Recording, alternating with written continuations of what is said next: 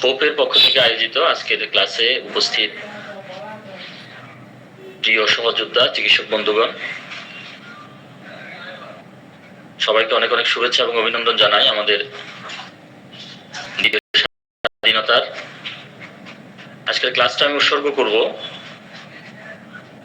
যারা বিগত আন্দোলনে যে সকল ছাত্র, শিক্ষক, সাধারণ জনসাধারণ ভাইয়েরা শহীদ হয়েছেন। আমাদের বিশিষ্ট হোমিওপ্যাথিক চিকিৎসক আব্দুল হাই আল হাদির ছেলে মোহাম্মদ জুলকারনাইন, উনিও শহীদ হয়েছেন গত আন্দোলনে। আবু সাহিদ সহ নাম জানা অজানা যারা শহীদ হয়েছেন এবং যারা আহত হয়ে এখনো হসপিটালের বেডে কাতরাচ্ছেন, এবং এর মধ্যে গতকাল আজকেও বেশ কয়েকজন ভাইয়ের মৃত্যুর সংবাদ আমরা শুনলাম। সবার প্রতি আমি এটা উৎসর্গ করলাম, আল্লাহ সকল শহীদদের জান্নাতুল ফেরদাউস নসিব করুক এবং আমরা যেন একটা দুর্নীতিমুক্ত একটা দেশ যেন আমরা পাই ইনশাআল্লাহ। আজকে আমরা যে টপিকটা নিয়ে আলোচনা করব, অদ্ভুত লক্ষণ, পিকুলিয়ার সিমটম যেটাকে আমরা বলি, আমরা আজকে অদ্ভুত লক্ষণ নিয়ে পড়ব।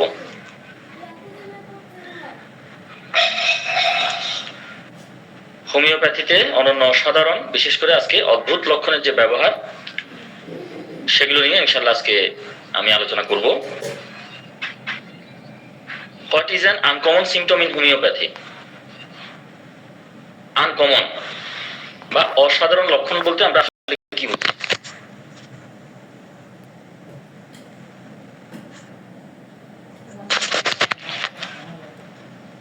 আনকমন লক্ষণ বলতে আমরা বুঝি, uncommon symptoms are the symptoms which are unaccountable, unexplainable to the disease process.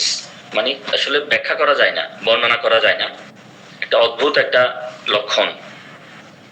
This might be seen as absurd or paradoxical by the patient, but are very important to a homeopath. অর্থাৎ অদ্ভুত যে লক্ষণগুলো রোগীদের মধ্যে আমরা দেখি, যেটা একজন হোমিওপ্যাথের নিকট গুরুত্বপূর্ণ। এটা অন্য প্যাথিতে গুরুত্ব আছে কিনা নাই সেটা জানি না, কিন্তু একজন হোমিওপ্যাথের নিকট ঔষধ সিলেকশন করার জন্য এই লক্ষণটা হবে গুরুত্বপূর্ণ। আমরা অর্গান অফ মেডিসিনের 153 নম্বর অ্যাফোরিজমটা যদি আমরা দেখি, সেখানে হ্যানিম্যান স্যার কি বলেছেন?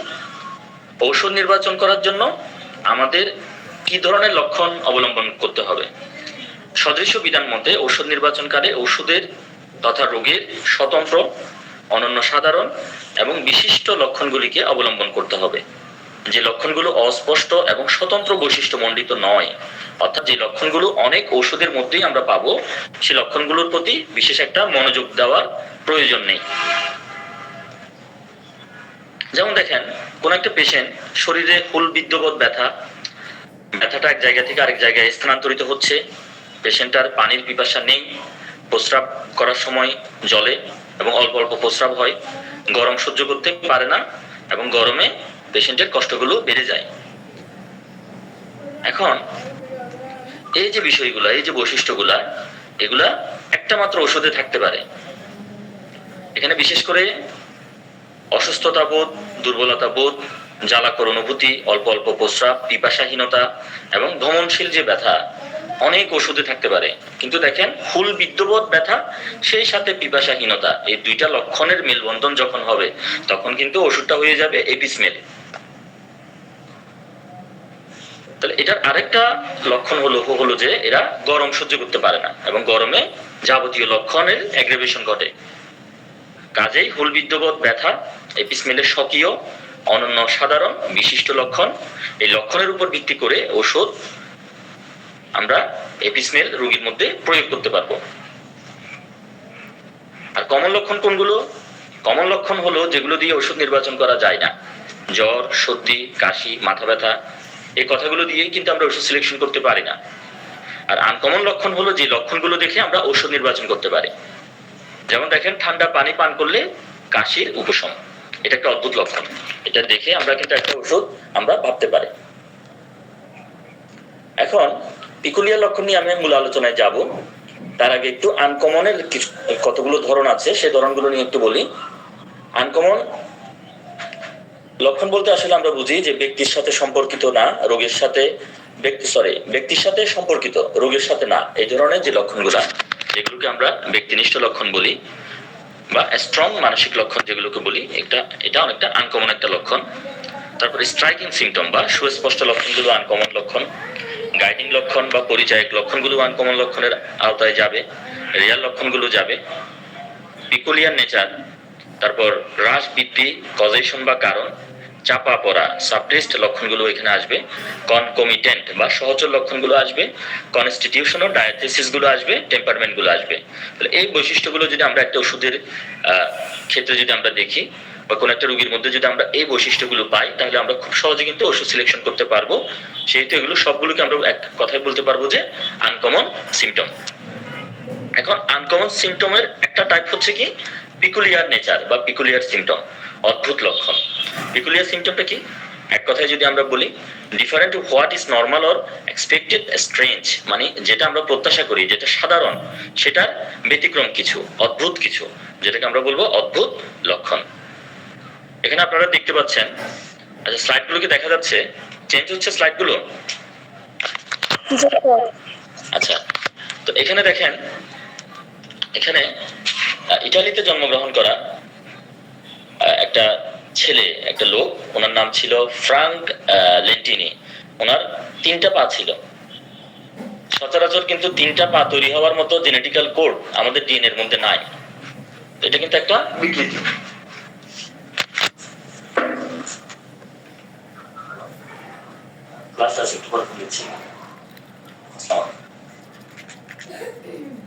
তো ওনার নাম ছিল ফ্রাঙ্ক লেন্টিনি, ওনার ছিল 3টা পা। এখন উনি যখন 3টা পা দিয়ে যখন ফুটবল খেলতো, মানুষ বা লোকজন যারা দেখতো, দর্শক যারা দেখতো, অবাক হয়ে তাকিয়ে থাকতো। তো 3টা পা হওয়ার মতো জেনেটিক্যাল কোড আমাদের ডিএনএ তে নাই, এখানে ডিএনএ এর কোনো একটা বিচ্যুতি হয়তো ঘটেছে। তাহলে এখানে আমরা সবাই মানুষ, ঠিক আছে, কিন্তু লেন্টিনি ওনার 3টা পার জন্য উনি অসাধারণ মানুষ হয়ে গেছে, একটা আনকমন একটা মানুষ হয়ে গেছে। তদ্রুপ পেশেন্টের মধ্যে আমরা অদ্ভুত কিছু লক্ষণ আমরা পাই, অদ্ভুত কিছু বৈশিষ্ট্য আমরা পাই। অনেক সময় আমরা এগুলোর কোনো ব্যাখ্যা আমরা করতে পারি না, বা ব্যাখ্যা করতে পারলেও অনেকটা আমাদের জন্য কষ্টসাধ্য হয় বিষয়গুলো বোঝা। স্বাভাবিকের ব্যতিক্রম কিছু বৈশিষ্ট্য আমরা দেখি মানুষের মধ্যে, রোগীদের মধ্যে। সেই বৈশিষ্ট্যগুলোকে আমরা বেসিস করে আমরা মেডিসিন সিলেকশন করি, এবং সেই লক্ষণগুলো হলো পিকুলিয়ার সিমটম বা আনকমন অদ্ভুত লক্ষণ। এটা হলো ফ্রাঙ্ক লেন্টিনির ইয়াং বয়সের ছবি। আগেরটা হলো বাল্যকালের ছবি, এটা ইয়াং বয়সের ছবি। 3টা পা দেখেন, 3 পায়ে কিন্তু তিনি জুতো পরে আছেন। আচ্ছা, তো প্রথমেই অদ্ভুত লক্ষণগুলো আলোচনা করি। অদ্ভুত লক্ষণগুলো কি হয় বললাম? স্বাভাবিক অবস্থার বিপরীত হয়। যেমন আমরা জানি যে তাড়াতাড়ি হাঁটলে বুক ধরফরানি বাড়ে, এটা কমন একটা নেচার। আমরা যখন খুব ফাস্ট হাঁটি, আমাদের সবারই হার্টবিটটা বেড়ে যাবে। তাহলে আমরা কোনো পেশেন্টের ক্ষেত্রে দেখি যে ওনারা বলে যে ওনারা যখন তাড়াতাড়ি হাঁটে, ওনাদের বুক ধরফরানিটা কমে যায়। তাহলে আমরা এই যে একটা অদ্ভুত একটা কথা, অদ্ভুত একটা বৈশিষ্ট্য, আমরা এই বৈশিষ্ট্যটা পাই আর্জেন্টাম নাইট্রিকামে। আমরা জানি তাড়াতাড়ি হাঁটলে বুক ধরফরানি বাড়ে, অথচ কোনো রোগীদের ক্ষেত্রে দেখা যায় তাড়াতাড়ি হাঁটলে বুক ধরফরানি কমে। ওষুধটা হলো কি? Argentum nitricum. স্লাইডগুলো চেঞ্জ হচ্ছে তো না? জি স্যার। আচ্ছা, ঠান্ডা পানিতে কাশি বাড়ার কথা। ঠান্ডা পানি খেলে কাশি বেড়ে যায়। আপনারা দেখবেন যে কোনো ডক্টর দেখাতে গেলে পেশেন্টকে, কাশির পেশেন্ট হলে ডক্টর পেশেন্টকে মানা করে দেয়, ঠান্ডা পানি খাওয়ার জন্য মানা করে দেয়, গরম পানি খেতে বলে। তো দেখেন হোমিওপ্যাথি কত বৈচিত্র্য। ঠান্ডা পানিতে কাশি বাড়ার কথা, অথচ ঠান্ডা পানিতে কাশি কমে যাচ্ছে পেশেন্টের। কি অদ্ভুত, কি অদ্ভুত কথা। তাহলে এই যে অদ্ভুত বৈশিষ্ট্যটা, এটা আমরা পাই কস্টিকাম হ্যানিম্যানের রোগীদের ক্ষেত্রে। ঠান্ডা পানিতে কাশি বাড়ার কথা, অথচ ঠান্ডা পানিতে কাশি কমে যাচ্ছে। ওষুধটা হবে কস্টিকাম হ্যানিম্যানি। খাওয়ার পর পেটের মধ্যে এক ধরনের ভারী ভারী বোধ লাগার কথা, পেট ভরে গেছে এরকম একটা ভরা বোধ থাকার কথা, অথচ খাওয়ার পরেও পেটটা খালি খালি লাগে। পিকুলিয়ার নেচার দেখেন, খাওয়ার পরও মনে হচ্ছে পেটটা খালি। অদ্ভুত। মেডিসিনটা হলো ইগনিশিয়া অ্যামারা। খাওয়ার পর পেটে ভার বোধ বা ভরা বোধ থাকার কথা, অথচ খাওয়ার পরও পেট খালি খালি লাগে। ওষুধটি হলো ইগনেশিয়া অ্যামারা। আচ্ছা, পেশেন্টের যখন ব্যথা হয় শরীরে, পেশেন্ট কি হাসবে নাকি কান্না করবে? অবশ্যই কান্না করবে। ব্যথায় রুগীর কান্না করার কথা, অথচ ব্যথায় রুগী হাসতে থাকে। আপনারা কি দেখেছেন কখনো ব্যথায় রুগী হাসছে? যত ব্যথা তত হাসি, বা যত কাশি তত হাসি। পেশেন্টের যত কাশি হচ্ছে পেশেন্ট তত হাসতেছে, বা যত ব্যথা হচ্ছে তত বেশি হাসছে। অদ্ভুত। মেডিসিনটা হলো হুরা ব্রাজিলিয়ানসিস। ব্রাজিলিয়ানসিস। ব্যথায় রুগীর কান্না করার কথা, অথচ ব্যথায় রুগী হাসতে থাকে। যত ব্যথা তত হাসি, বা যত কাশি তত হাসি। ওষুধের নামটা কি? হুরা ব্রাজিলিয়ানসিস। আমি ওষুধের পূর্ণাঙ্গ নামটা কিন্তু এখানে ব্যবহার করলাম, সম্পূর্ণ নামটা এখানে দিয়েছি আমি। যে কোনো ধরনের জ্বালা ঠান্ডায় উপশম হওয়ার কথা। যে কোনো ধরনের জ্বালা আমরা জানি, যেখানে মনে করেন কারো গরম পানি পড়ে গেছে, জ্বলতেছে, সেখানে আমরা দেখি যে ঠান্ডা পানি ঢাললে ভালো লাগে। কিন্তু আমরা কোনো কোনো পেশেন্টের ক্ষেত্রে দেখি যে পেশেন্টের জ্বালা যুক্ত জায়গায় গরম সেক দিলে, গরম ঢাললে ভালো লাগে, গরম পানি ঢাললে ভালো লাগে। একটা অদ্ভুত একটা ফিচার পেশেন্টের। কোন ওষুধে আছে এটা?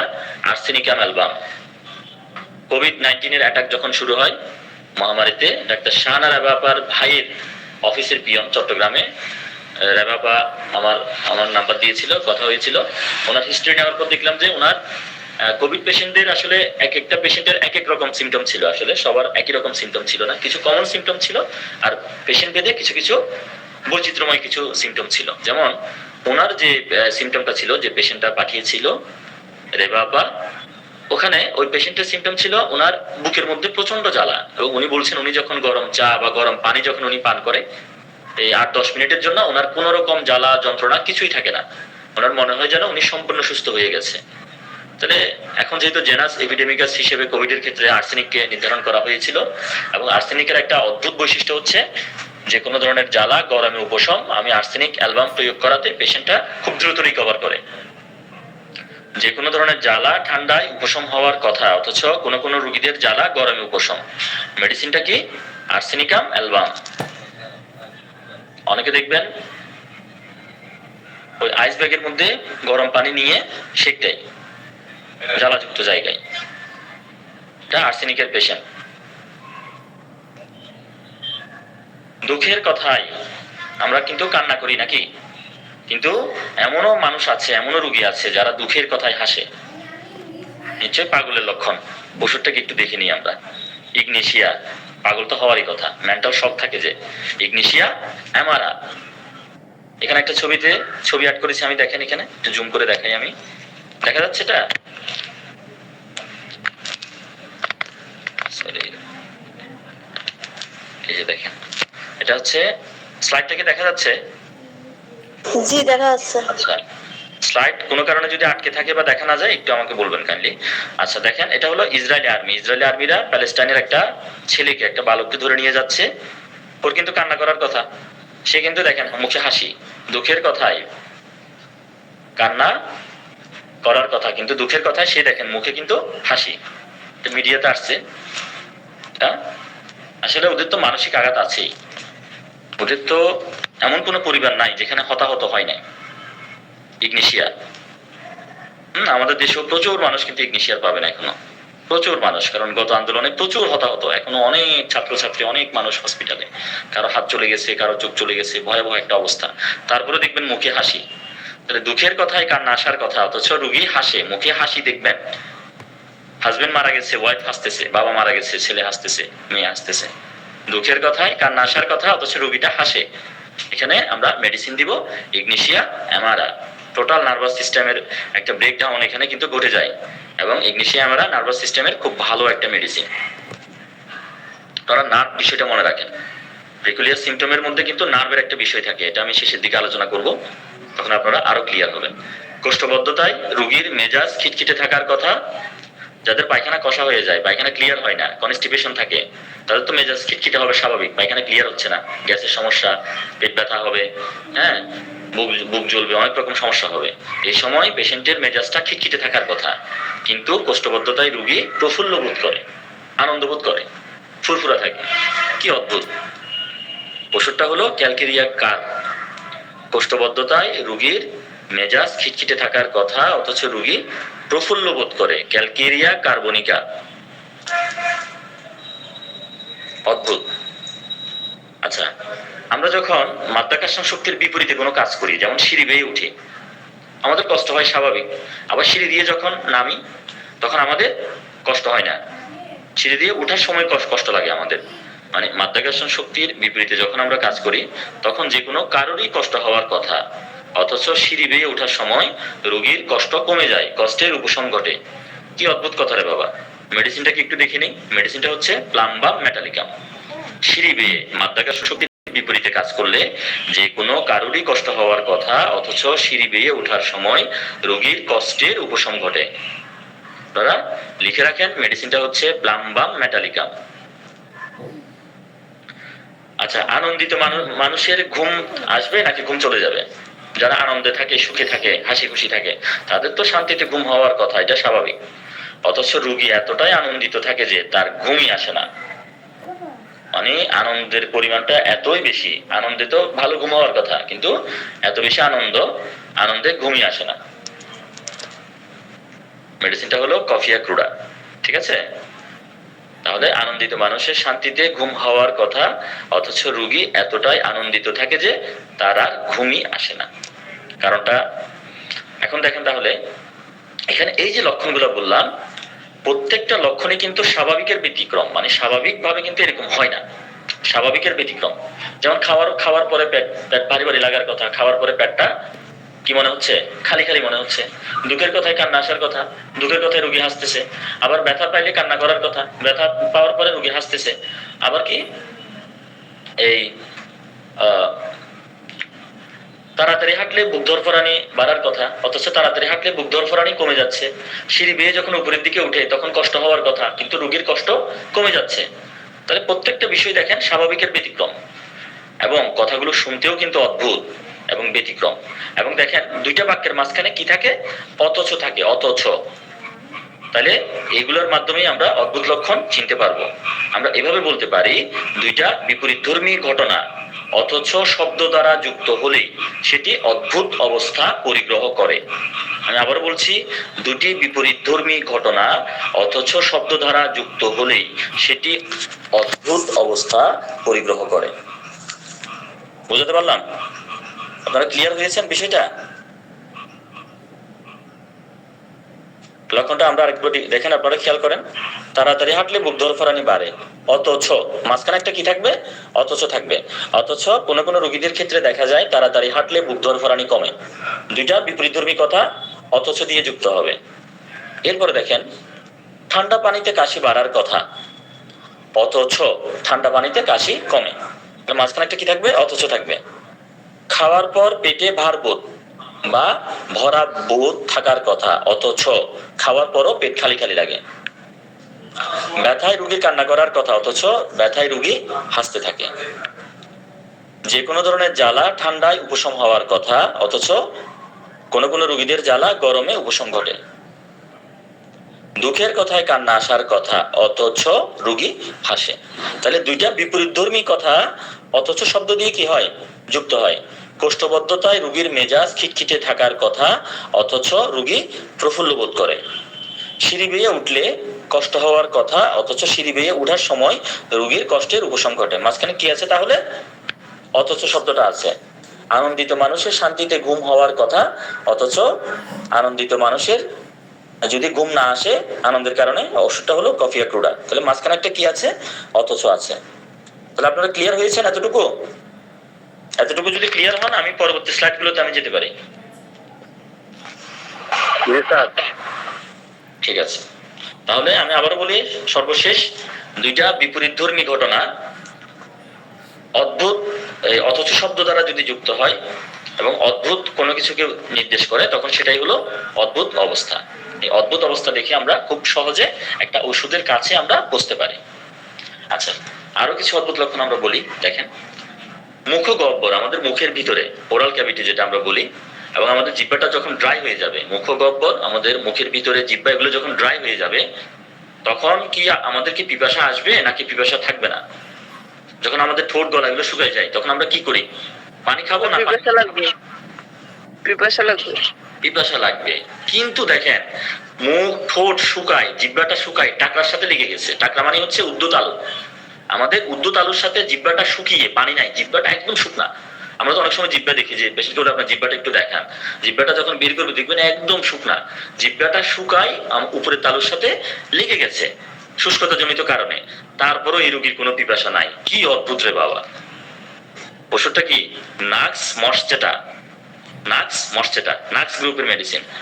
মুখগহ্বর ও জিহ্বার শুষ্কতায় যথেষ্ট জল পিপাসা থাকা স্বাভাবিক, কিন্তু জিহ্বা টাকরার সাথে শুষ্কতা জনিত কারণে আটকে থাকে, তবুও রোগীর কোনো পিপাসা থাকে না।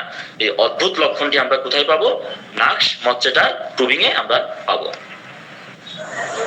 পিপাসা কিন্তু জল পানে অনিচ্ছা। পানির পিপাসা আছে, পিপাসা যদি থাকে আমরা অবশ্যই কি করব? জল পান করব। কিন্তু পিপাসা আছে, কিন্তু জল পান করতে ইচ্ছা করতেছে না। কি একটা অদ্ভুত বিষয় রে বাবা! ওষুধটাকে একটু জেনে নিই। খুবই কমন একটা মেডিসিন, ন্যাট্রামিওর। পিপাসা কিন্তু জল পানে অনিচ্ছা। হ্যাঁ, সে বলতেছে অনেক পিপাসা লাগছে, এই নাও এক গ্লাস পানি। না না, আমি পানি খাবো না এখন। পিপাসা লাগছে, তুমি তো পানি খাবা না। সে পানি খাবে না, পানি খেতে ইচ্ছা করতেছে না, পিপাসা আছে। ওষুধটা হলো ন্যাট্রামিওর। এটাও কিন্তু নার্ভাস সিস্টেমের একটা মেডিসিন, মাথায় রাখেন। নার্ভাস সিস্টেম, স্নায়ু, স্নায়ু কথাটা মাথায় রাখবেন। পরবর্তী সময় এগুলোর এক্সপ্লেনেশন গুলো যখন দিব তখন আপনাদের বুঝতে সুবিধা হবে। আচ্ছা, এরপরে দেখেন, মনে করেন শরীর, মাথা, হাত পা গুলো অনেক গরম পেশেন্টের, এবং জ্বালা, প্রচন্ড জ্বালা। তাহলে এই রোগীটা যদি পা গুলো পানিতে ভিজিয়ে রাখে, যদি খালি পায়ে ঠান্ডা ফ্লোরে হাঁটে, অত্যন্ত ভালো বোধ করে। যেহেতু হাত পা গরম এবং জ্বালা, হাতে পায়ে গরম এবং জ্বালা, সে ঠান্ডা ফ্লোরে হাঁটলে অবশ্যই ভালো লাগবে। পায়ে যদি সে ঠান্ডা পানি ঢালে অবশ্যই তার ভালো লাগবে। এমনও হয় যে সিলিং ফ্যান ছেড়ে রাখা সত্ত্বেও পায়ের তলায় ঠান্ডা লাগার জন্য টেবিল ফ্যান ছেড়ে রাখে সে। মানে উপরে ফ্যান চলতেছে আর পায়ের কাছে সে, পায়ের মধ্যে যেহেতু জ্বালা গরম ভাব, পায়ের দিকে একটা ছোট্ট টেবিল ফ্যান ছেড়ে রাখছে। এরকম পেশেন্ট আমরা দেখি আমরা। আচ্ছা, তো এই ধরনের গরম কাতর রোগীর দৈনিক গোসল করা স্বাভাবিক কিনা? একাধিকবার গোসল করে অনেকে গরমের কারণে, ঠিক না? ঠিক কিনা? একটু হুজুরদের মতো বলতেছি আর কি, ঠিক কিনা? গোসল করা স্বাভাবিক, এত গরম কাতর সে। অথচ রোগীরা সোরার জ্বালায় জ্বলে পুড়ে খাক হয়ে যায়, কিন্তু গোসল করতে চায় না। এই লক্ষণটা কি অস্বাভাবিক না? আপনাদের কাছে কি অস্বাভাবিক মনে হচ্ছে এটা? অবশ্যই অস্বাভাবিক এটা। এবং মেডিসিনটা কি হবে তাইলে? অনেক বাচ্চারা দেখবেন গোসল করতে চায় না, পানি দিলে দৌড়ে পালায়, গোসল করতে চায় না, শরীর খুব গরম। অনেক সময় বাচ্চাদের হাতে পায়ে জ্বালা থাকতে পারে। মেডিসিনটা হলো সালফার, সোরার রাজা সালফার। দেহ, মাথা, হাতে পায়ে গরম এবং জ্বালাবোধের জন্য রোগী পা ভেজালে, খালি পায়ে ঠান্ডা ফ্লোরে হাঁটলে অত্যন্ত আরাম বোধ করে। এমনও হয় যে সিলিং ফ্যান ছেড়ে রাখা সত্ত্বেও, পায়ের তলায় ঠান্ডা লাগার জন্য টেবিল ফ্যান ছেড়ে রাখা সত্ত্বেও এই ধরনের গরম কাতর রোগীর দৈনিক কয়েকবার গোসল করাটা স্বাভাবিক ছিল। অথচ সালফারের রোগীরা সোরার জ্বালায় জ্বলে পুড়ে খাক হয়ে যায়, কিন্তু গোসল করতে চায় না। লক্ষণটি অস্বাভাবিক বই কি? অবশ্যই অস্বাভাবিক এটা। কারণ এত গরম হলে তো সে 2-3 বার গোসল করার কথা, সে গোসল করতে চাচ্ছে না। অদ্ভুত।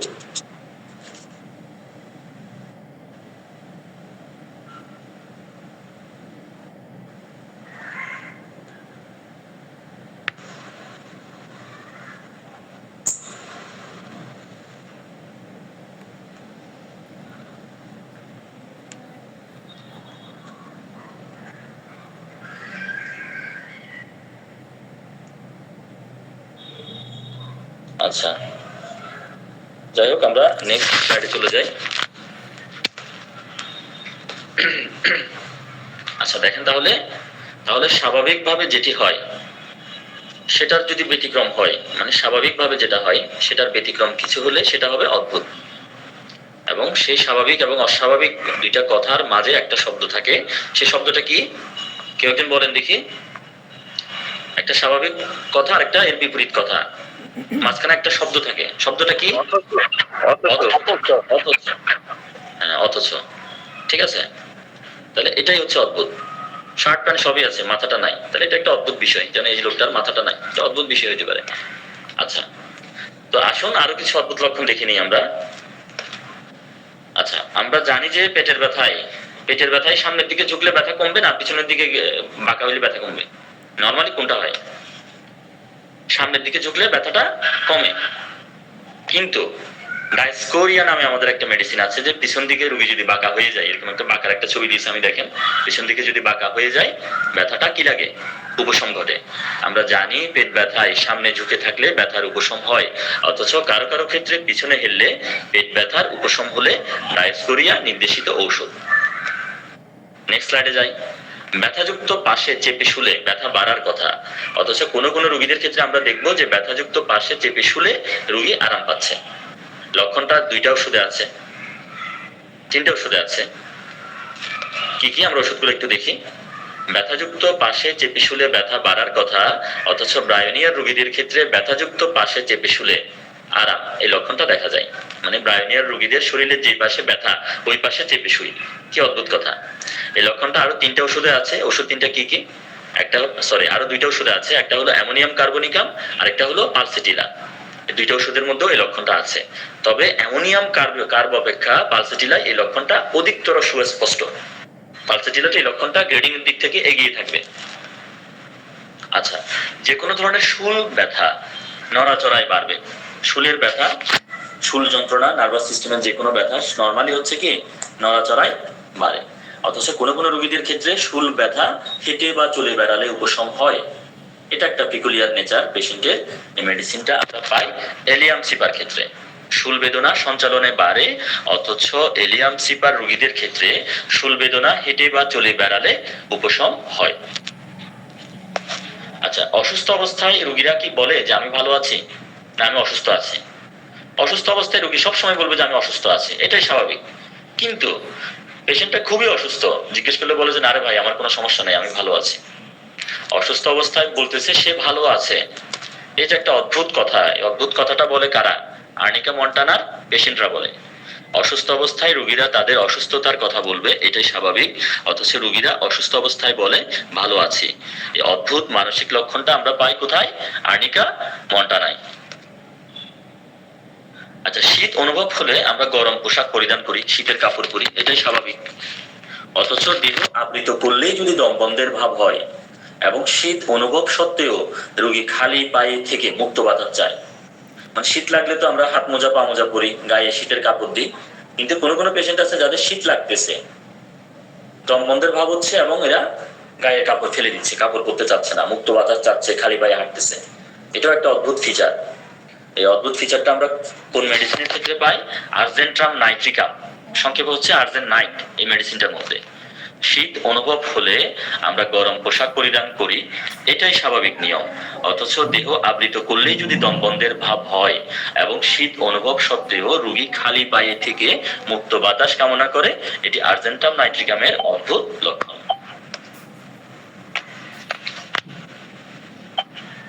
রোগীর সিভিয়ার অবস্থা, খুবই একটা খারাপ অবস্থা, পেশেন্টের মানে মারা যাওয়ার মতো একটা অবস্থা। এই সময় কিন্তু পেশেন্টের কষ্ট অনুভব করার কথা, ক্যান্সারের লাস্ট স্টেজে চলে গেছে, এমন একটা অবস্থা। তো এমন সিচুয়েশনে পেশেন্ট তো ব্যথায় চিৎকার করার কথা, কান্নাকাটি করার কথা, কিন্তু পেশেন্টের কোনো রকম কষ্ট নাই।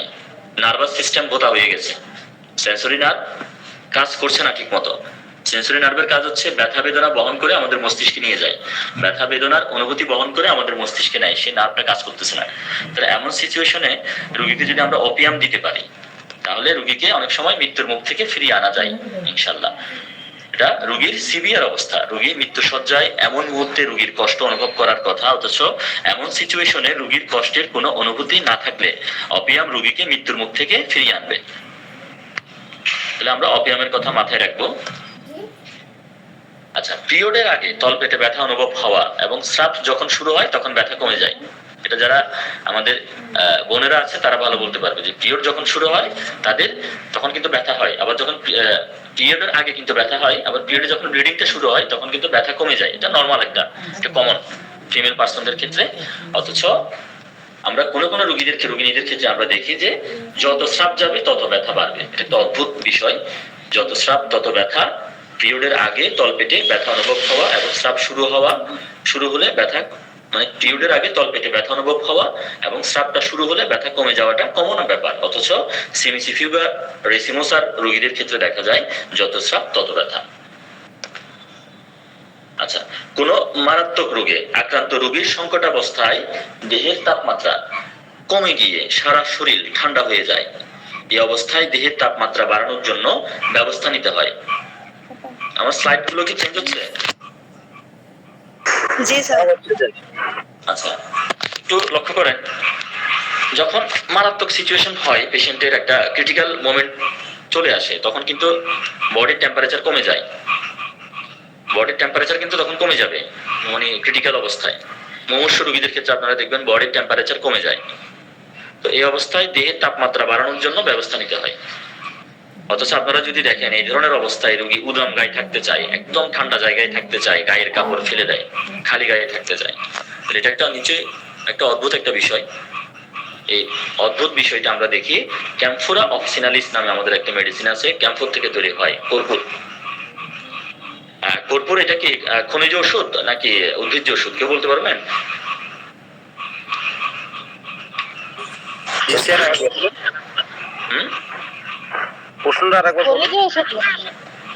স্যার কেমিক্যাল খনিজ।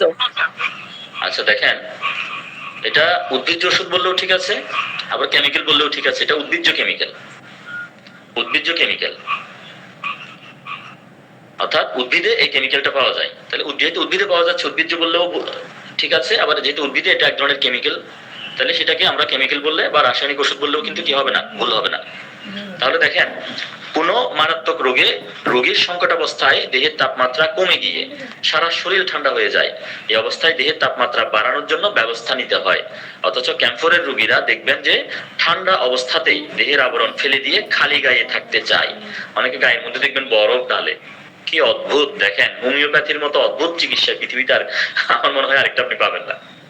ঠিক আছে, যত আওলা জাওলা, যত লক্ষণ আছে, যত অদ্ভুত বৈশিষ্ট্য আছে, এগুলো আমাদের হোমিওপ্যাথিতে আছে, এবং এগুলো আমরা বিবেচনা করি। হ্যাঁ, এগুলো অনেকে অনেকে হাসে, আসলে এই কথাগুলো যখন রোগীরা বলে অনেক সময় হাসে, বা আমাদের নিজেদের অনেক সময় হাসি পায়। আচ্ছা, এটা একটা বিষয় গেল। আচ্ছা, বসে মল ত্যাগে সুবিধা হলেও রোগীরা দাঁড়িয়ে মল থেকে সুবিধা পায়। আমরা জানি মানুষের যে ফিজিক্যাল স্ট্রাকচারটা, এটা কিন্তু আল্লাহ তাআলা বসে মলত্যাগ করার মতো করে দিয়েছেন। মানে বসে মলত্যাগ করলে আমাদের পেটের মলগুলো ক্লিয়ার হয়। কিন্তু আমরা কোস্টিকাম হ্যানিম্যানি নামে একটা মেডিসিন আছে আমাদের, এই মেডিসিনের রোগীদের ক্ষেত্রে দেখি যে দাঁড়িয়ে মলত্যাগে এরা সুবিধা পায়। ইংলিশ কমেন্ট ছাড়া এরা হাগে না। বসে মলত্যাগে সুবিধা হলেও কোস্টিকাম হ্যানিম্যানি এর রোগীরা দাঁড়িয়ে মলত্যাগে সুবিধা পায়। প্রচন্ড কষ্ট, রোগীর তো কান্না করার কথা, কিন্তু রোগী হেসে হেসে কথা বলে। প্রচন্ড কষ্টের সময় রোগী হেসে হেসে কথা বলে। মেডিসিনটা কি? বেলাডোনা। বেলাডোনা, সেটা ফিবুলাস, সবকিছু হালকাভাবে নেয়, লঘুচিত্ত, সে লঘুচিত্ত এবং স্মাইলিং ফেস, এটা বেলাডোনার একটা কমন বৈশিষ্ট্য। সেজন্য সে যেহেতু ফিবুলাস, সবকিছু হালকাভাবে নেয়, প্রচন্ড কষ্টের সময় সে কি করে?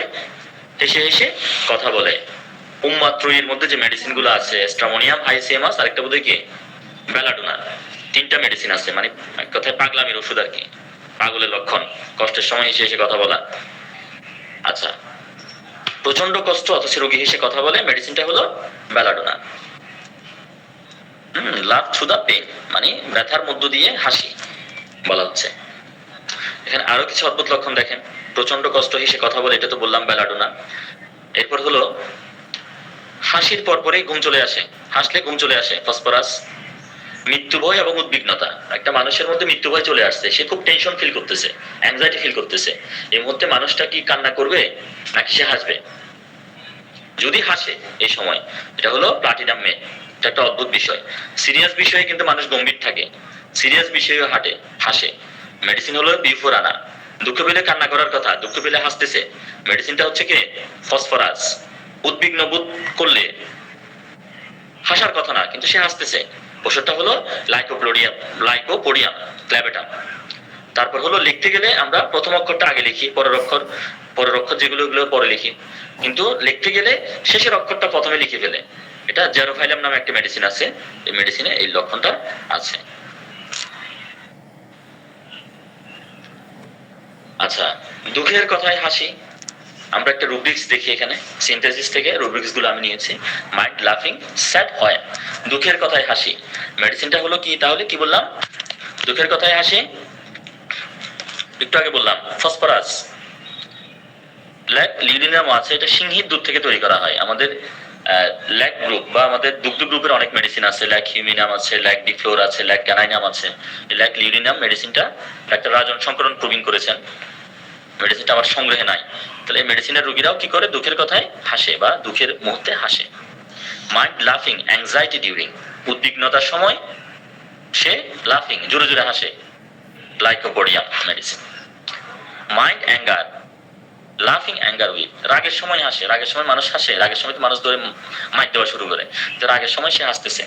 এখানে ক্রোকাস, ল্যাকেসিস, লাইকো, প্লাটিনাম, রাশ, গ্ল্যাব্রা। তাহলে এখানে এই টোটাল 5টা মেডিসিন আমরা পাচ্ছি। আচ্ছা, একই সাথে হাসি এবং কান্না, মানে রুগী এই হাসতেছে এই কান্না করতেছে, মানে একই সাথে হাসি কান্না, কেমন একটা মানে জগা খিচুড়ি অবস্থা না? একই সাথে হাসতেছে এবং কান্নাও করতেছে। মাইন্ড লাফিং whipping same time, whipping and লাফিং এট দ্য। আবার বলতেছি, মাইন্ড লাফিং উইপিং সেম টাইম, মাইন্ড লাফিং উইপিং সেম টাইম, মানে হাসে একই সাথে সে আবার কান্নাও করে। এখানে মেডিসিন কি পাচ্ছি আমরা? Arsenic, aurum metallicum, camphora officinalis, cannabis indicus, cannabis sativa, ferrum metallicum, granitum marmor, ignatia amara, lithium carb, lycopodium, natrum mur, nux moschata, sambucus. এই মেডিসিনগুলো আমরা পাই। একই সাথে দেখেন এই মেয়েটার ক্ষেত্রে দেখেন, এই ফেসটা আমি পেয়েছিলাম ইউটিউবের একটা গানের ভিডিওতে। এই মেয়েটা একই সাথে সে কান্নাও করছে আবার হাসছেও। সে তার ক্লাস টিচারকে পছন্দ করে, ক্লাস টিচার অনেক ইয়াং একজন টিচার, মেয়েটা তার ক্লাস টিচারকে পছন্দ করে।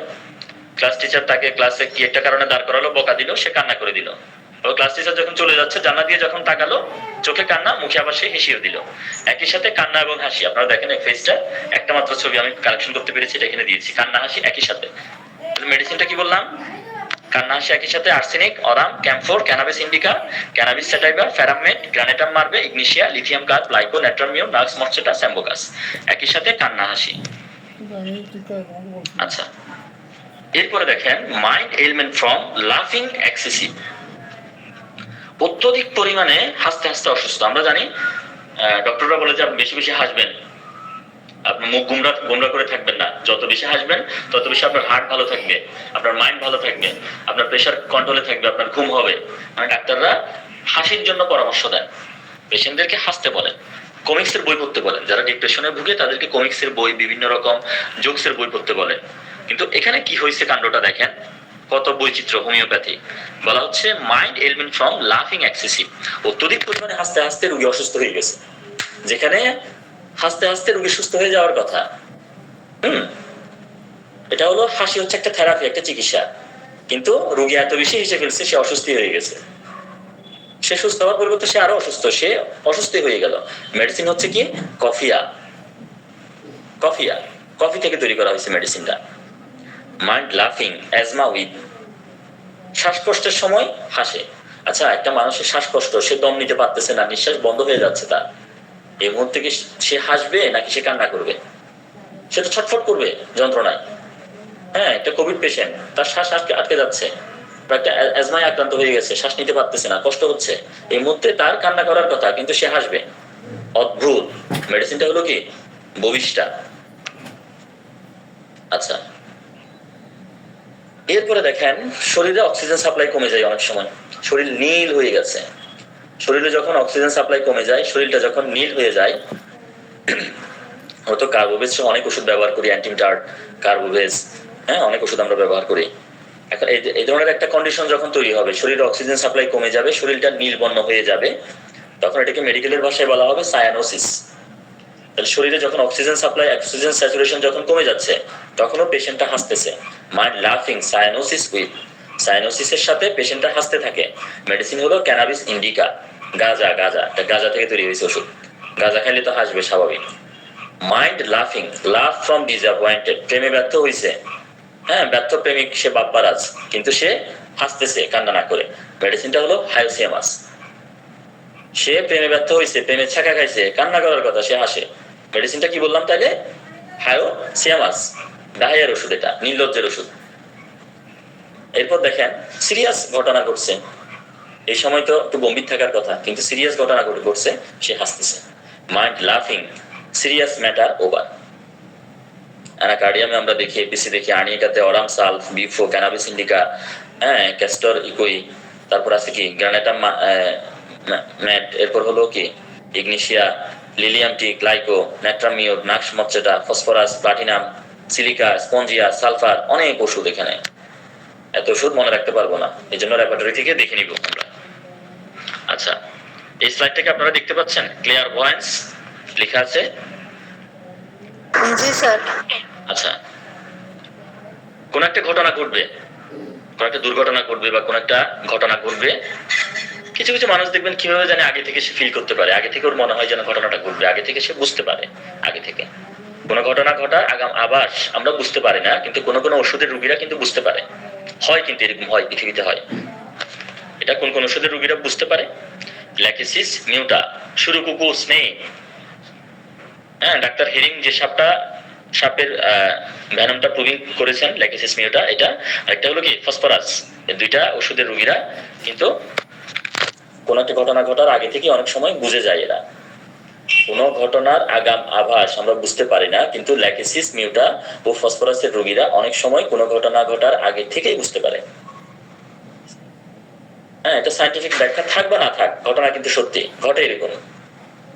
যেমন আমার এক সহপাঠী ছিল নাজমা আপা, ওনার বাবা মারা গেল, উনি ওনার বাবার লাশটা ওনার ঘরে দেখতেছেন। উনি আছে চট্টগ্রাম, বাবা আছে কোথায়, ওনার বাড়ি ছিল ইতে মধুপুর, মধুপুরটা জানি কোন জায়গায়, টাঙ্গাইলে আর কি। তো বাবা মারা যাওয়ার সময় উনি এখানে আগে থেকে উনি বুঝতে পারলো, বা ডেড বডিটা উনি দেখলো।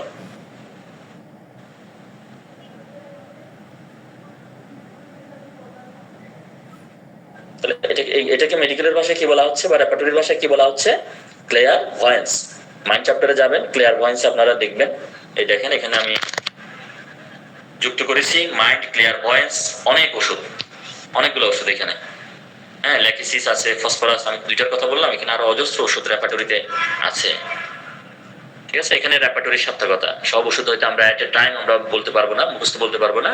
আমরা রেপার্টরি করার প্রয়োজনীয়তাটা এখানেই, আমাদের অনেকগুলো ওষুধ থাকে, যখন আমরা টালি করব তখন আমাদের অনেকটা হেল্প হবে, এখান থেকে আমরা বাছাই করতে পারবো সহজে মেডিসিন গুলো। আচ্ছা, মিষ্টি পছন্দ করে না এরকম মানুষ আছে কি পৃথিবীতে? মিষ্টি ঘৃণা করে, মিষ্টি পছন্দ করে না এরকম মানুষ বোধহয় নাই খুব একটা, কিন্তু মিষ্টির প্রতি ঘৃণা থাকতে পারে এরকম মানুষ কিন্তু পৃথিবীতে থাকতে পারে। হ্যাঁ, সে মানুষের নাম কি? সে মানুষের নাম হচ্ছে কোস্টিকাম হ্যানিম্যানি।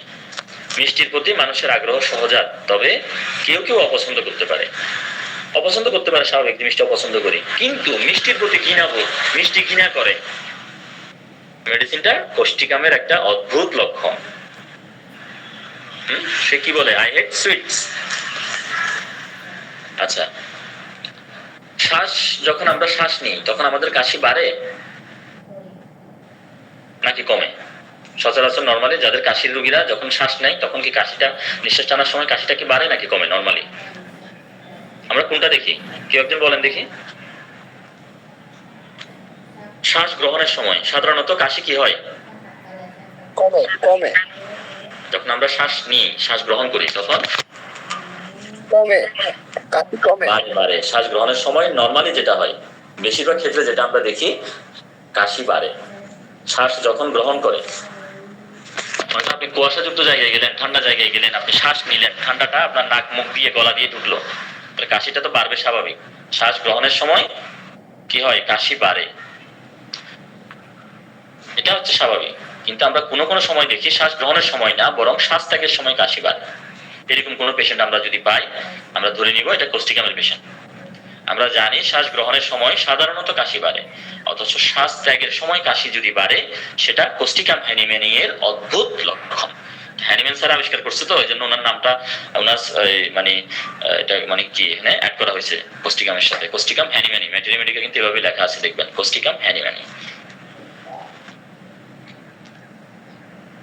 আচ্ছা, দিনের বেলা দেখবেন ফিমেলদের ক্ষেত্রে পিরিয়ডের সময় ব্লিডিং হচ্ছে দিনের বেলা, রাতের বেলা ব্লিডিংটা বন্ধ হয়ে যাচ্ছে, পরের দিন আবার যখন দিন হয়েছে আবার ব্লিডিং শুরু, আবার যখন রাত হয়েছে ব্লিডিংটা বন্ধ। কি অদ্ভুত বৈশিষ্ট্য রে! দিনের বেলা কেন ব্লিডিং হচ্ছে, রাতের বেলা কেন ব্লিডিংটা বন্ধ হচ্ছে? কোনো ব্যাখ্যা আছে কি? এটা অদ্ভুত একটা বৈশিষ্ট্য, এটাও আমাদের মিস্টার কোস্টিকামের লক্ষণ আর কি। মিস্টার না, মিস্টার তো পুরুষ মানুষ, এটা যেহেতু মহিলা মানুষ তাহলে আমরা মিসেস আর কি, মিসেস কোস্টিকাম বা মিস কোস্টিকামের একটা এটা একটা কি অদ্ভুত একটা ফিচার। দিনের বেলা মাসিকের রক্তক্ষরণ ঘটে কিন্তু রাতের বেলায় রক্তক্ষরণ বন্ধ থাকে। লক্ষণটা কোস্টিকাম কি বললাম, মিস অথবা মিসেস কোস্টিকামের কি একটা অদ্ভুত লক্ষণ। ঘুম ঘুম ভাব কিন্তু ঘুমের অভাব, ঘুমাতে পারে না, এটাও কোস্টিকামের একটা অদ্ভুত লক্ষণ। ঘুম ঘুম ভাব কিন্তু ঘুমাতে পারে না, কোস্টিকাম হ্যানিম্যানিয়ার একটা অদ্ভুত লক্ষণ এটা। আচ্ছা, এটা কেন হইতে পারে? ঘুম ঘুম ভাব আছে, ঘুম আসতেছে কিন্তু ঘুমানোর চেষ্টা করতেছে, ঘুমাতে পারতেছে না বেচারা। এটা কেন হচ্ছে? নিশ্চয়ই এই ব্যক্তিরা কিসে আছে, একটা স্ট্রেসে আছে, স্ট্রেস চাপে আছে সে। কালকে হয়তো পরীক্ষা, আজকে হয়তো সে স্ট্রেসে আছে, একটা অ্যাংজাইটি ফিল করতেছে, কালকে পরীক্ষা, ওই টেনশনে ওর ঘুম আসতেছে না। অথবা হরমোনাল কোনো ইমব্যালেন্স হয়ে গেছে, ঘুমের কোনো স্লিপ ডিসঅর্ডার হয়ে গেছে, মেডিকেল কোনো কন্ডিশন বা কোনো একটা রোগের কারণে হয়তো এরকম হইতে পারে। অথবা সে কম ঘুমিয়েছে, সেক্ষেত্রেও হইতে পারে। আবার বডি একটা ক্লক থাকে, বডি ক্লক, মানে একটা মানুষ যদি দিনে ঘুমায় সবসময়, প্রতিদিন দিনে যদি 5-6 ঘন্টা ঘুমায়, সে রাতে চাইলেও খুব একটা ঘুমাইতে পারবে না, বডি ক্লকটা চেঞ্জ হয়ে যাবে। আমাদের বডিটার মধ্যে একটা ক্লক থাকে। আমাদের দেখবেন একটা মানুষ যদি প্রতিদিন দুপুর 2টায় যদি লাঞ্চ করে, প্রতিদিন দুপুর 2টায় কিন্তু ওই ব্যক্তির ক্ষুধা লাগবে। কেন ক্ষুধা লাগবে? ওই সময় কিন্তু পাকস্থলী অ্যাসিড সিক্রেশন করবে। একটা মানুষ যদি প্রতিদিন ঘড়ি ধরে 11টায় ঘুমায় রাতে, কিছুদিন যদি ঘুমায়, তখন ঠিক একটা সময় দেখবেন ঠিক 11টা বাজলে অটোমেটিক ওই ব্যক্তির ঘুম চলে আসবে। এটা হলো একটা বডি ক্লক। ওই সময় ওই হরমোনগুলো, ওই সিক্রেশনগুলো ঘটে। আমাদের বডিটাও একটা গান আছে না, কি দেহ ঘড়ি, গানটা কি জানি, কেউ কি বলতে পারবেন? জি জি, ধন্যবাদ। এই যে গানটাই আমাদের দেহ ঘড়ি। এটা আসলে মানে শুধু গানে যে অর্থহীন কথা বলে তা না, গান যিনি লিখছে উনি কিন্তু সায়েন্স বুঝে, উনি বডি ক্লকের কথা বলছে এখানে। তাহলে এই যে বডি ক্লকটা যখন এই ধরনের অবস্থায় চলে যাবে, এলোমেলো হয়ে যাবে, তখন কিন্তু ঘুম ঘুম ভাব থাকা সত্ত্বেও পেশেন্টটা ঘুমাতে পারবে না। মেডিসিনটা কি বললাম? কোস্টিকাম। আচ্ছা, ব্যথা স্পর্শে এবং সামান্য চাপে বাড়ে। আমরা জানি যে কোনো অনেক সময় ব্যথা যেগুলো স্পর্শকাতরতা থাকে, স্পর্শ করলে বাড়ে, একটু করে হালকা চাপ দিলেও ব্যথাটা বাড়ে, কিন্তু জোরে জোরে ঘষলে ব্যথাটা আবার কমে যাচ্ছে। অদ্ভুত একটা বৈশিষ্ট্য এটা। বৈশিষ্ট্যটা আমরা কোথায় পাচ্ছি? চায়নাতে। ব্যথা স্পর্শে এবং সামান্য চাপে বাড়ে কিন্তু জোরে ঘষলে ব্যথাটা কমে। এই লক্ষণটা চায়নাতে নির্দিষ্ট, চায়না অফিসিনালিস মেডিসিনটার নাম। আচ্ছা, এখন কোন একটা পেশেন্ট তার রোগাক্রান্ত যে জায়গাটা, সেই জায়গাটা স্পর্শকাতর। এখন পেটের তীব্র ব্যথায় রোগী কাউকে পেটে টাচ করতে দেয় না, পেটে হাত দিতে দেয় না, পেটটাকে স্পর্শ করতে দিচ্ছে না, কিন্তু আবার জোরে চাপ দিলে, গামছা দিয়ে ওড়না দিয়ে বেঁধে রাখলে আরাম পাচ্ছে। আমার এক কাজিনের এই অবস্থা চলতেছে, একটু পরে ফোন করতে হবে। একই অবস্থা, পেট ব্যথা, সে বলতেছে ওড়না দিয়ে সে বেঁধে রাখতেছে, পেটটা বেঁধে রাখলে সে ব্যথা কমে যাচ্ছে। তাহলে এই পেশেন্টটা হলো প্লাম্বাম। তাহলে প্লাম্বাম মেটালিকামের রোগাক্রান্ত স্থান স্পর্শকাতর। পেটের ব্যথার কারণে রোগী কাউকে পেটে হাত দিতে দেয় না, কিন্তু জোরে চাপ দিলে ওই ব্যথাটার আরাম ঘটে, ব্যথায় আরাম পায় রোগীটা। এটা প্লাম্বাম মেটালিকামের একটা দৃষ্টি আকর্ষক লক্ষণ। এরপরে দেখেন কোলাহল বা গোলমালে, ধরেন একটা মিছিল হচ্ছে, প্রচন্ড হইচই হচ্ছে, চিল্লাচিল্লি হচ্ছে, এর মাঝখানে কি আমরা কেউ যদি কথা বলে, আমরা কি কথাটা বুঝতে পারবো, শুনতে পারবো? আমরা শুনতে পারবো না। মানে হইচই চিল্লাচিল্লির মাঝখানে অনেক গাড়ির হর্ন বাজতেছে, অনেকগুলো একসাথে 10-15-20টা বাইক মিছিল নিয়ে যাচ্ছে ছেলেরা, সবাই একসাথে হর্ন বাজাচ্ছে, এর মধ্যে আমরা কথা বললে, একজন কথা বললে পাশে থাকা আরেকজন ব্যক্তি সে কথাটা ভালোভাবে বুঝবে না। কিন্তু ওই ব্যক্তিটা যদি গ্রাফাইটিসের হয় অথবা যদি অ্যাসিড নাইট্রিকামের হয়, তাহলে সে কথাগুলো কিন্তু ভালো মতোই শুনতে পাবে। কোলাহল বা গোলমালে কথা ভালোভাবে বোঝা যায় না, অথচ এমন অবস্থায় গ্রাফাইটিস এবং অ্যাসিডাম নাইট্রিকামের রোগীরা ভালো মতোই কিন্তু শুনতে পায়। নোট করে রাখেন যে চিৎকার চেঁচামেচির মধ্যে, প্রচন্ড শব্দের মধ্যে, ইট ভাঙতেছে, মেশিন নিয়ে আসছে, ইট ভাঙার মেশিন, ওই মেশিনের পাশে যদি আপনি আস্তে আস্তে কথা বলেন, সে কিন্তু শুনতে পারবে। অদ্ভুত, ঠিক আছে, ইএনটি ডক্টররা কিন্তু এই লক্ষণটা পেলে ওদের কাছে কোনো মূল্য নাই। একজন নাক কান গলা বিশেষজ্ঞের কাছে যান, এই লক্ষণটা বলেন, আপনার কানের সমস্যা, হ্যাঁ চিল্লাচিল্লি হইলে গোলমালে সাউন্ডের মধ্যে আপনি শব্দটা ভালো শুনেন, এটা বলেন, দেখবেন কোনো ইম্পর্টেন্ট ওনাদের কাছে নাই। কিন্তু এই লক্ষণ যদি আপনার থাকে, আপনি যদি একজন হোমিওপ্যাথিক ডক্টরকে বলেন, উনি কিন্তু আপনার জন্য একটা প্রপার মেডিকেশনের ব্যবস্থা করতে পারবে। আমাদের মেডিকেশন গুলো কি, গ্রাফাইটিস এবং অ্যাসিডাম নাইট্রিকাম। আচ্ছা, নেক্সট স্লাইড দেখতে পাচ্ছেন আপনারা? জি স্যার। ওকে, তাহলে দেখেন আমরা নেক্সট স্লাইডে একটু আলোচনা করি। মনে করেন পাইলসের সমস্যা, রেকটামের যে শিরাগুলো আছে অ্যানাসে, শিরাগুলো ফুলে যায়, অনেক সময় দেখবেন শিরাগুলো ফুলে যায়। স্যার ক্লাসে আছি একটু। হাঁটাচলা করলে পাইলসের ব্যথা বেড়ে যাবে, এটা স্বাভাবিক। কিন্তু কোনো কোনো পেশেন্টের ক্ষেত্রে আমরা দেখবো যে হাঁটাচলা করলে পাইলসের ব্যথাটা কমে যাবে। অদ্ভুত বৈশিষ্ট্য। আমরা সবাই জানি মেডিসিনটা হলো কি, ইগনিশিয়া। হাঁটাচলা করলে পাইলসের ব্যথা বেড়ে যাওয়ার কথা, অথচ হাঁটাচলা করলে পাইলসের ব্যথাটা কমে যাচ্ছে। এটা ইগনিশিয়া অ্যামারার অদ্ভুত লক্ষণ। আচ্ছা, যখন পেশেন্টের জ্বর হয়, শরীরে যখন উত্তাপ থাকে, তখন কি পিপাসা আসার কথা? যখন আপনার গরম লাগবে, জ্বর উঠে যাবে, তখন তো পিপাসা থাকার কথা স্বাভাবিক, পিপাসা আসবে স্বাভাবিক। অথচ আমরা কোনো কোনো পেশেন্টের ক্ষেত্রে দেখবো জ্বর আছে কিন্তু পিপাসা নাই। আবার যখন জ্বর চলে গেছে, শীত লাগবে পেশেন্টের, তখন পিপাসা লাগতেছে, এবং তখন সে শীত অবস্থা, তখন সে গরম পানি খাওয়ার কথা, সে দেখবেন তখন ঠান্ডা পানি খাচ্ছে। আবার মানে জ্বরের গরম অবস্থায় ওর কোনো পিপাসা নাই, যখন জ্বর চলে গেছে, শরীর ঠান্ডা হয়ে গেছে, তখন আবার তার পানির পিপাসা, তাও আবার দেশি পানি না, শীত লাগতেছে, এর মধ্যে সে আবার ঠান্ডা পানি খাচ্ছে। এই যে একটা বিপরীতধর্মী লক্ষণ। আমরা বিপরীতধর্মী যত অদ্ভুত লক্ষণ দেখবো, আমরা কিন্তু সব রকমের অদ্ভুত লক্ষণ ইগনিশিয়া ব্যবহার করতে পারি, সেটা যদি বিপরীতধর্মী হয়। ইগনিশিয়া অ্যামেরা, জ্বরের উত্তাপ অবস্থায় পিপাসা হওয়ার কথা, অথচ তখন পিপাসা হয় না, বরং শীত অবস্থায় পিপাসা হয় ও শীতল জল পান করে, এমন বিপরীতধর্মী অদ্ভুত লক্ষণ আমরা ইগনিশিয়া অ্যামেরাতে দেখি।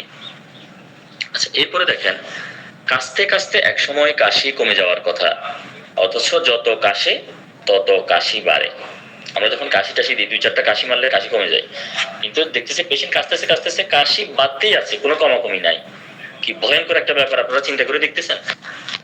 যত কাশে তত কাশি বেড়ে যায়, একটা বিপরীতধর্মী লক্ষণ, এটা ইগনিশিয়ায় আছে লক্ষণটা। আচ্ছা, হিজড়াদের বডি স্ট্রাকচার, মানসিক গঠনও কিন্তু বিপরীতধর্মী। বডিটা পুরুষের মতো, মনটা মেয়েদের মতো, আবার কিছু ক্ষেত্রে পুরুষালী আচরণ। হ্যাঁ, আবার বডির শরীরের স্ট্রাকচারটা পুরুষদের মতো, বেস্ট আবার মহিলাদের মতো হিজড়াদের। এগুলো কিন্তু একটা বিপরীতধর্মী অবস্থা, শারীরিক মানসিক গঠন। হিজড়াদের মানে দেখতে পুরুষ, আচরণে নারী। এই যে বিপরীতধর্মী একটা বৈশিষ্ট্য, এগুলো কিন্তু ইগনিশিয়াতে আছে, এটা মাথায় রাখবেন। তাহলে কাশতে কাশতে একসময় কাশি কমে যাওয়ার কথা, অথচ যত কাশে তত কাশি বাড়ে। মেডিসিন হচ্ছে কি, ইগনিশিয়া অ্যামারা।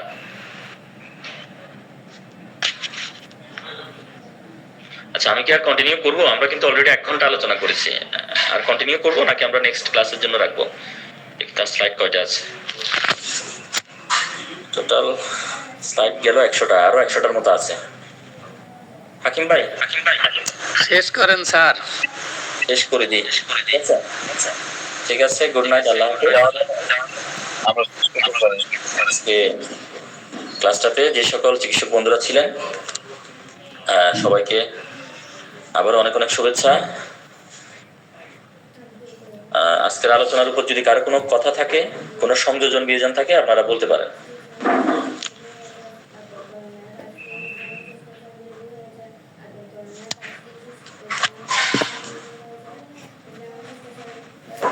ক্লাস চলাকালীন 1-2 জন অ্যানালাইজ করেছিলেন, তারা এখন কথা বলতে পারেন। বলুন সগীর ভাই, বলুন।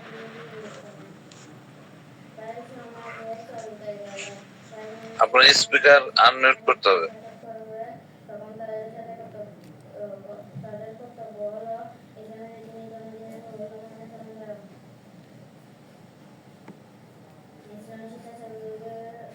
ব্যাপারটা কি বলে দিয়েছেন?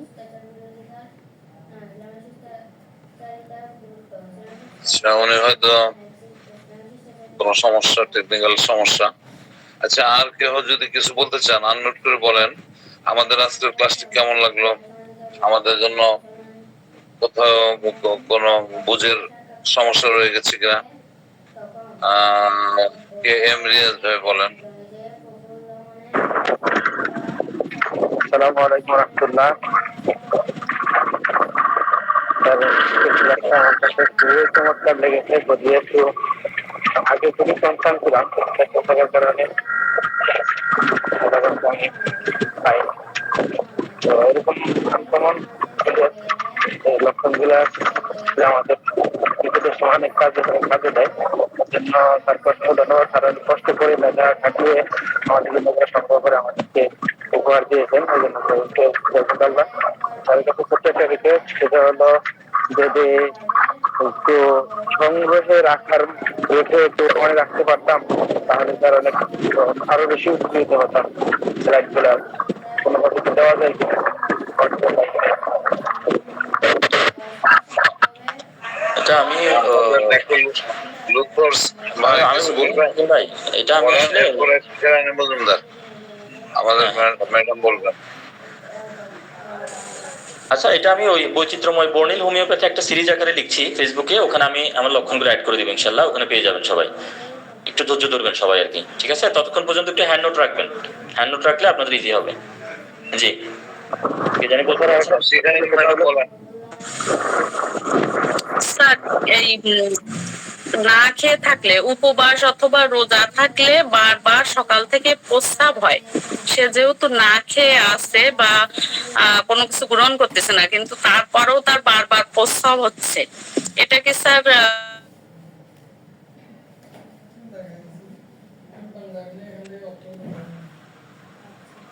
অদ্ভুত লক্ষণের ভিতরে যায়? আর আমরা কি এটা রেপার্টরিতে পাবো? বলে যে আমি যতক্ষণ না খেয়ে থাকি, খাওয়ার পরে আমার প্রস্রাবটা কম হয়ে যায়, কিন্তু না খেয়ে থাকলে সকাল থেকে 12টা-1টা পর্যন্ত উপোস থাকি, তখন আমার বারবারই প্রস্রাব লাগে। কিন্তু সে তো না খেয়ে আছে, তার প্রস্রাবটা লাগার কারণটা কি? এটা নিশ্চয়ই অদ্ভুতের ভিতরে যায়, আমার কাছে মনে হলো। এটা অনেক সময় অদ্ভুত হতে পারে, অনেক সময় অদ্ভুত নাও হতে পারে। এটা আসলে প্রস্রাব ঘন ঘন হওয়ার অনেকগুলো কারণ আছে, এখন আপনার কারণটা কি সেটা দেখতে হবে, আসলে সেটা দেখতে হবে। স্যার, সে সুগারের পেশেন্ট না, এমনি এটা বলে। সে ধরেন উপবাস আছে, সে জল পান করতেছে না, কিন্তু সে উপবাসের আগে তো জলপান করেছিল, ওই পানিটাই বেরিয়ে যাচ্ছে আর কি। এখন ওই পানিটা আগের দিন খেয়েছে, 12টার আগে খেয়েছে, রাত 12টার আগে। আচ্ছা, কিন্তু সকাল থেকে তো কিছুই খায়নি, মানে ওই রাত 12টার আগে যা খেয়ে নিয়েছে, আর রাতে তো আর কিছুই খায়নি। সকালে উঠে থেকে প্রস্রাব বারবার, কিন্তু তো সে যখন 12টার পরে উপোস শেষ করার পরে যা কিছু খায় না কেন, তখন আর প্রস্রাবটা তার হচ্ছে না। এটা একটা অদ্ভুত হতে পারে। দেখেন, আমাদের বডি মেকানিজম যেটা, আমরা যখন রোজা থাকি, আপনারা খেয়াল করে দেখবেন রোজার দিনে কিন্তু আমাদের প্রস্রাব কম হয়। এটা আপনারা খেয়াল করছেন কিনা জানি না। রোজা যখন আমরা থাকি, আমরা সেহরির পরে কিন্তু কয়েক ঘন্টা ধরেন সকাল 7টা 8টা 9টা পর্যন্ত কিছুটা প্রস্রাব হয়, 12টা 1টা 2টা বিকালের দিকে দেখবেন একদম প্রস্রাব নাই। প্রস্রাব করতে গেলে কয়েক ফোঁটা সামান্য করে প্রস্রাব আসে, কারণ আমাদের ওয়াটার যেটা ছিল বেরিয়ে গেছে ব্লাডার থেকে, ব্লাডার খালি হয়ে গেছে, প্রস্রাব আসার আর কোনো অবস্থাই নাই। এখন এরপরেও যদি প্রস্রাব হইতে থাকে বারবার, এটা পিকুলিয়ার পর্যায়ে যাইতে পারে, ওষুধ খুঁজতে হবে আমাদেরকে, কারণগুলো আমাদের দেখতে হবে। মনে করেন পানি খাচ্ছে কম, পানি খাচ্ছে 1 গ্লাস, প্রস্রাব করতেছে 2 গ্লাস, এটা মার্কসলের একটা অদ্ভুত লক্ষণ। নেক্সট স্লাইডগুলোতে আসবে, ঠিক আছে? ওগুলোর সাথে একটু অ্যাডজাস্ট করে নিন। Thank you sir. আপনার নিতে দাদা কিছু বলেন, আপনার হ্যান্ড রাইজ করেছেন। স্যার, আমার একটা পরামর্শ, এটা হলো কান ফোড়ালে কানে গোল্ডের জিনিস দিলে কান ভালো থাকে, কিন্তু স্বর্ণের জিনিস দিলে কান মানে ইয়ে হয়ে যাইতেছে, উঁচু হয়ে যাইতেছে। এটা কি স্যার পিকুলিয়ার পড়বে কিনা, বা এটার জন্য আলাদা কোনো রেপার্টরি আছে? স্বর্ণের জিনিস দিলে কানটা ভালো থাকতেছে এটা বলতেছেন? না, স্বর্ণের জিনিস দিলে কানটা মানে উঁচু হয়ে থাকতেছে আর কি ওই জায়গাটাতে। আচ্ছা, বুঝতে পারছি। আসলে প্রত্যেকটা মানুষের মধ্যে নির্দিষ্ট কোনো বস্তুর প্রতি অ্যালার্জি থাকে। আবার অ্যালার্জিগুলো কিন্তু সবসময় দেখা যায় না, বিশেষ কোনো সিচুয়েশনে দেখা যায়। হয়তো ওই সময়ের মধ্যে স্বর্ণের প্রতি ওই পেশেন্টের দেহটা সংবেদনশীল হয়ে গেছে আর কি। এই ধরনের যদি বোঝা যায় যে সে সুতা দিলে বা অন্য কোনো অর্নামেন্টস ইউজ করলে সমস্যা হচ্ছে না, গোল্ডের অর্নামেন্টস কানের মধ্যে দুল টুল দিলে সমস্যা হচ্ছে, সেক্ষেত্রে অ্যাভয়েড করবে সে। সেটা অ্যালার্জির কারণে, সেটা অদ্ভুত কিছু না, সেটা অ্যালার্জি জাতীয় কারণে হতে পারে। তবে কয়েকটা পিকুলিয়ার বৈশিষ্ট্য কিন্তু অ্যালার্জি জাতীয় কারণে আসে। আমি নেক্সট ক্লাসে যদি আরেকটা ক্লাস নিতে পারি, ওখানে কিন্তু আমি অ্যাড করেছি বিষয়গুলো, ওগুলো পাবেন ইনশাল্লাহ, থাকবে এই টপিকগুলো। ধন্যবাদ ডক্টর ফাইকেনাম স্যারকে। আসলে 11:09 বাজে, আমরা 15 পর্যন্ত প্রশ্ন নিব। এই বিশেষ করে যারা হ্যানিম্যান অনলাইন হোমিওপ্যাথিক ফোরামের সাথে আছেন এবং ডাক্তার ফাইকেনাম স্যারের বিভিন্ন গ্রুপের সাথে আছেন, তারা তো হ্যান্ড রেজ করে দু একটা কথা বলতে পারেন। বিশেষ করে আজকের ক্লাস কেমন লাগলো, সামনে আপনারা কি চাচ্ছেন আরো এই বিষয়ে 1 মিনিট 2 মিনিট করে কথা বলে 2-3 জন কথা বলা যায়।